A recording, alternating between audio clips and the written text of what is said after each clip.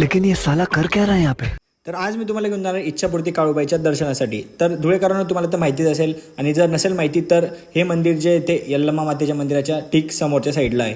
तर याचं लोकेशन मी तुम्हाला डिस्क्रिप्शनमध्ये देऊन देईल. तर सर्वात पहिले बघूया मंदिराचा इतिहास काय आहे. धुळे शहरातील काळूबाईच्या मंदिराचा नेमका इतिहास आणि बांधकामाची नोंद उपलब्ध नाही, परंतु ते हेमाडपंथी शैलीतील बांधलेले प्राचीन मंदिर असल्याचे मानले जाते. हे मंदिर लाखो भाविकांचे श्रद्धास्थान असून मांढरदेव आणि इतर ठिकाणांच्या काळूबाईशी या जिल्ह्याची कुलदैवत म्हणून घट्ट नाते आहे. काळूबाई देवी ही महाराष्ट्रातील विशेषतः पश्चिम महाराष्ट्रातील एक महत्त्वाची लोकदेवता आहे. या मंदिराचा छत्रपती शिवाजी महाराजांशी थेट संबंध आहे. वीर तानाजी मालुसरे यांचे वडील काळोजीराव यांचे नाव काळेश्वरी देवीच्या नावावरून ठेवण्यात आले होते आणि मालुसरे कुटुंब हे या देवीचे परमभक्त होते, असे काही स्तोत्रांमधून नमूद केले आहे. महामांडलेश्वर पार्वती नंदगिरीजी यांच्या इथे आपल्याला आई सप्तशृंगीचे देखील खूप अतिशय सुंदर अशी मूर्ती बघण्यास मिळाली.